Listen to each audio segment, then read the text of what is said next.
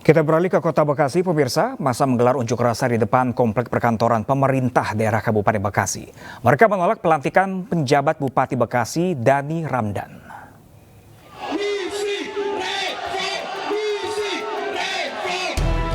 Aksi saling dorong antar petugas dan ratusan massa terjadi di depan pintu gerbang komplek perkantoran pemerintah daerah Kabupaten Bekasi, Cikarang Pusat, Kabupaten Bekasi, Jawa Barat. Massa yang mencoba menerobos barikade polisi dan melakukan upaya aksi bakar ban mendapatkan perlawanan dari petugas.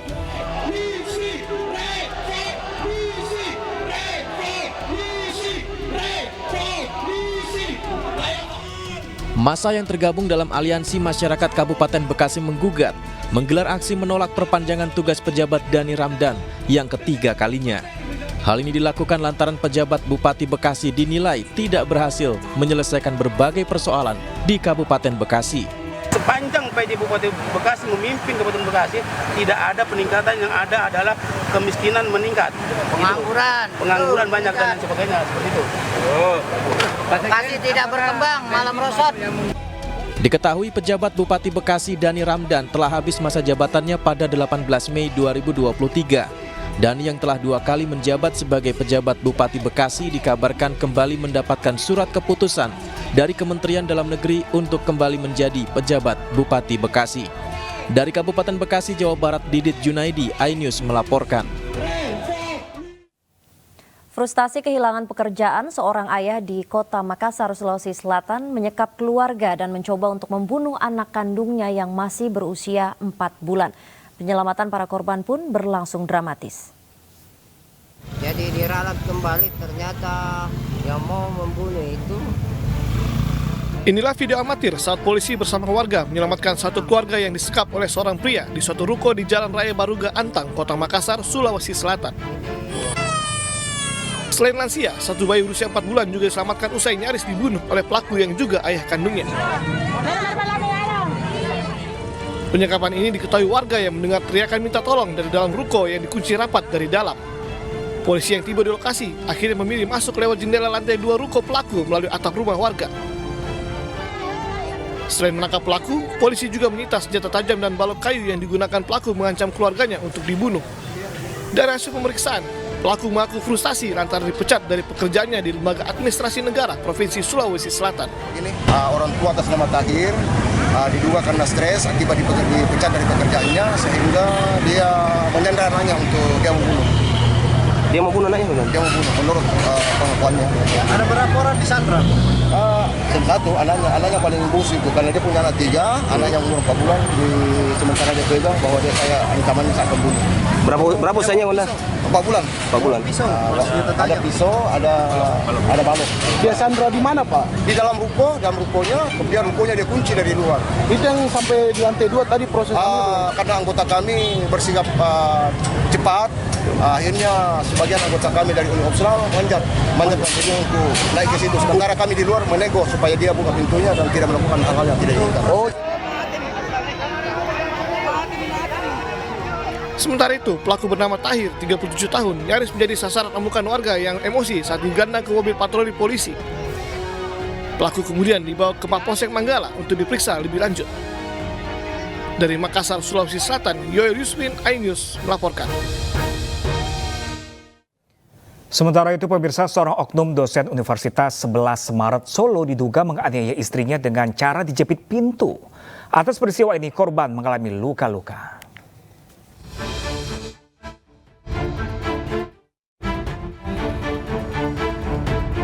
Dugaan kekerasan dalam rumah tangga atau KDRT yang dilakukan oleh oknum dosen UNS terhadap sang istri diungkap sendiri oleh anak perempuan mereka. Sang anak menuliskan kronologi KDRT yang dialami ibunya di akun Twitter @wonderdin. Ia juga menjelaskan bahwa KDRT sudah terjadi sejak ayahnya yang berinisial BW menjadi staf Kemendikbud di Depok dan dibuktikan dengan sebuah foto yang menunjukkan luka lebam di wajah sang ibu. KDRT lain juga terjadi pada 6 Maret lalu di kampus PGSD UNS. Saat itu ia dan sang ibu mendatangi terduga pelaku yang sedang mengajar di UNS untuk meminta BW segera pulang. Namun ternyata pelaku dan korban terlibat cekcok hingga pelaku menjepit korban di pintu kelas. Anak korban pun menyebut sudah melaporkan kasus KDRT ini ke polisi. Sementara pihak UNS menyebut akan memediasi kedua belah pihak karena terduga pelaku telah mengajukan gugatan cerai. Kalau kita secara umum kalau ada perusahaan yang bermasalah karena misalnya saja mengajukan gugatan perceraian dan sebagainya, kami mengupayakan untuk melakukan perdamaian. Artinya mediasi artinya ya, Pak? Mediasi. Pihak kampus kini menyerahkan kasus ini kepada polisi. Pihak UNS tidak menutup kemungkinan akan mencabut jabatan BW jika terbukti bersalah melakukan KDRT. Dari Solo, Jawa Tengah, Septiantoro, iNews melaporkan. Sementara itu pemirsa, polisi menangguhkan penahanan istri yang menjadi korban KDRT sekaligus tersangka di Depok, Jawa Barat. Ya, kini kasus ini dilimpahkan ke Polda Metro Jaya.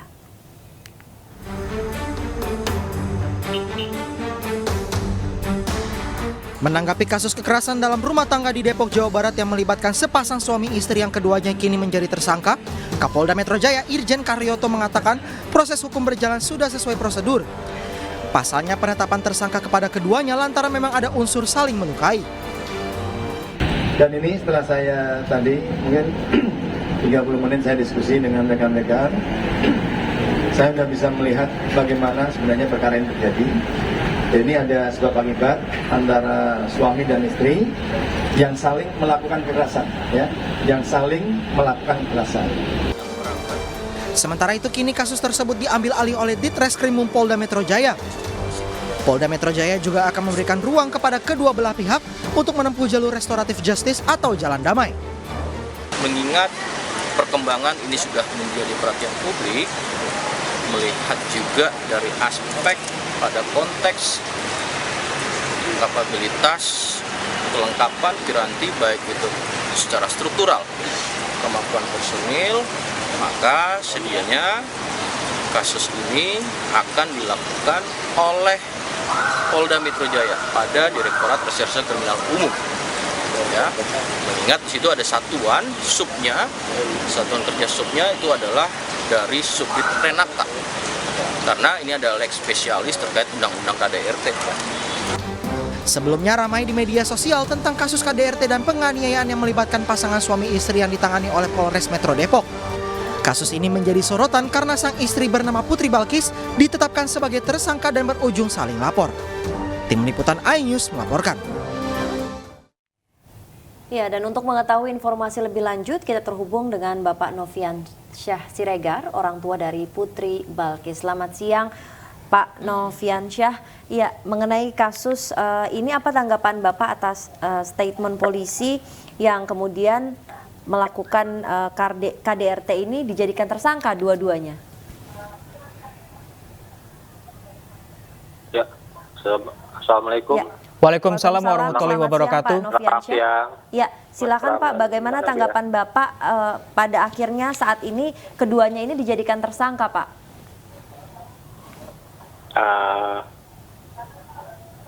Kalau keduanya tersangka ini yang saya rasakan ini yang saya bilang juga tidak adilan, karena pelaporan pertama itu kan dari anak saya melaporkan KDRT ini. 14 hari kemudian baru pihak suami yang melaporkan yang mengalami KDRT yang akhirnya jadi tersangka anak saya. Jadi ketika itu anak Bapak dulu yang melaporkan, baru si suami beberapa hari kemudian baru melapor ya Pak ya? Betul Pak.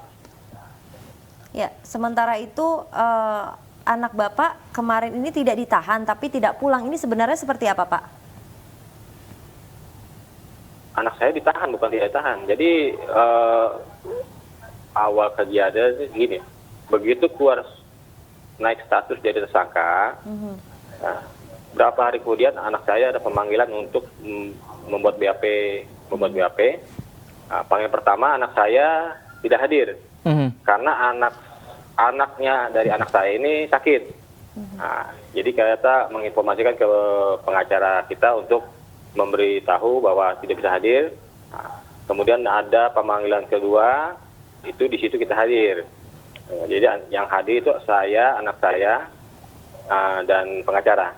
Oke, Bapak kalau dari informasi yang Bapak dapatkan, ini anak Bapak ditahan ya Pak ya? ditahan. Nah, Bapak, Karena tapi kita menandatangani, sementara Pak, ini polisi menyebut ini mereka tidak menahan anak Bapak, akan tetapi tidak pulang karena alasan keamanan. Nah, ini benar yang mana nih Pak? Ya, itu tidak benar. Jadi pemanggilan kedua ini untuk membuat BAP, ya, setelah 1 jam di penyidik, keluar anak saya dari ruang pendidikan, kemudian pengacara meminta kita membuat permohonan untuk penangguhan. Nah, karena udah menandatangani SP apa seperti itu 1 kali 24 jam.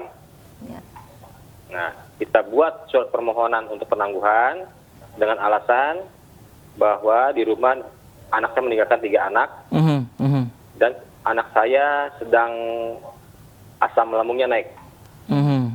Itu alasan dari permohonan. Nah, kalau alasan dari pihak kepolisi Bapak hingga saat ini masih ditahan apa Bapak? Nah, itu yang saya sampai sekarang belum ada jawaban. Yang saya tanyakan juga saya belum tidak mendapat jawaban. Jadi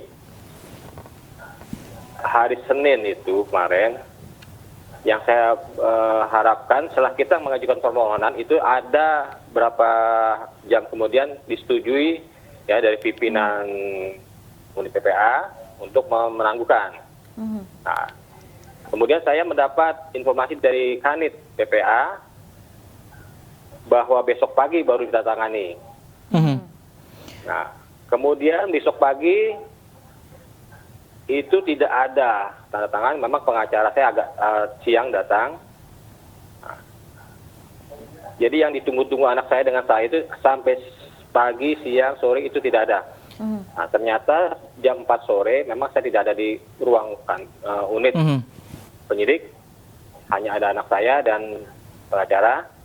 Anak saya disodorkan untuk menandatangani surat penambahan tahanan selama 40 hari.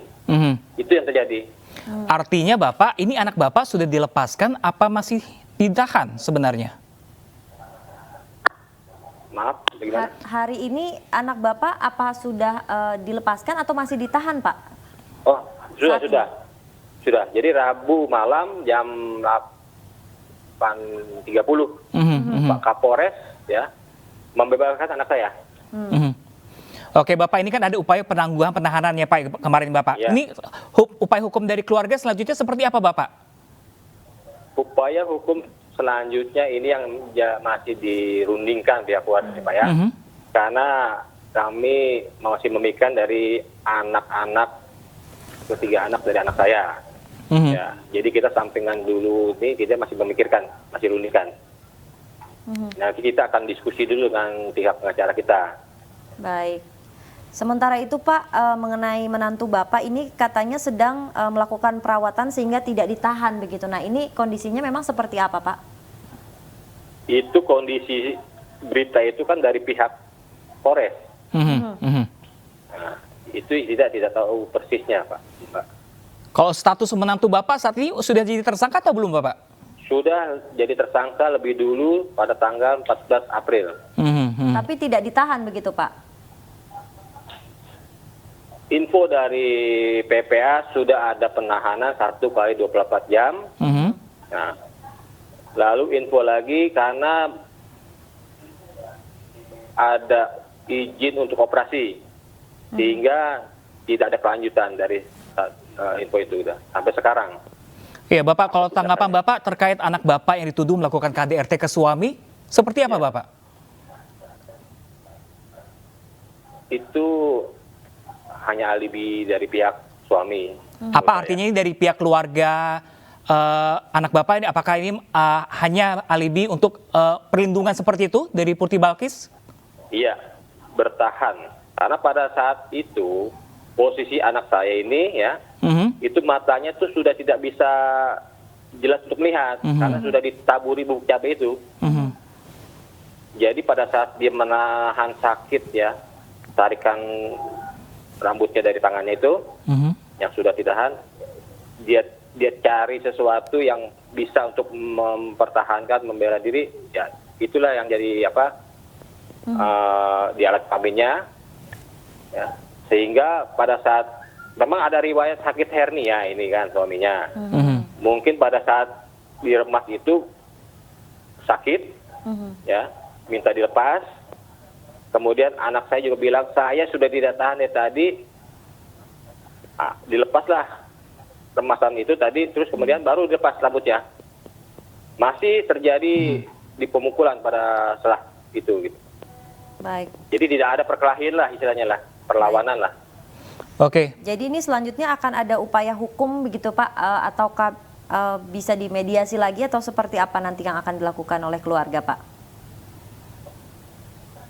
Iya, kita akan melanjutkan upaya hukum ya. Pertama untuk penanganan ya ketidakimbangan lah yang di Polres itu ya. Untuk yang masalah mediasi itu yang saya bilang tadi masih dirundingkan. Faktor tadi anak-anak ini ya. Oke, baik. Baik, terima kasih banyak Bapak Noviansyah Siregar selaku orang tua dari Putri Balkis. Semoga kasus ini benar-benar clear ya Pak ya, dan adil seadilnya untuk keduanya. Terima kasih banyak Pak Noviansyah. Sama-sama. Assalamualaikum. Ya pemirsa, 1 jemaah haji Indonesia asal embarkasi Solo meninggal dunia di Tanah Suci. Ya, informasi selengkapnya usai jeda berikut, tetaplah bersama kami di iNews Siang.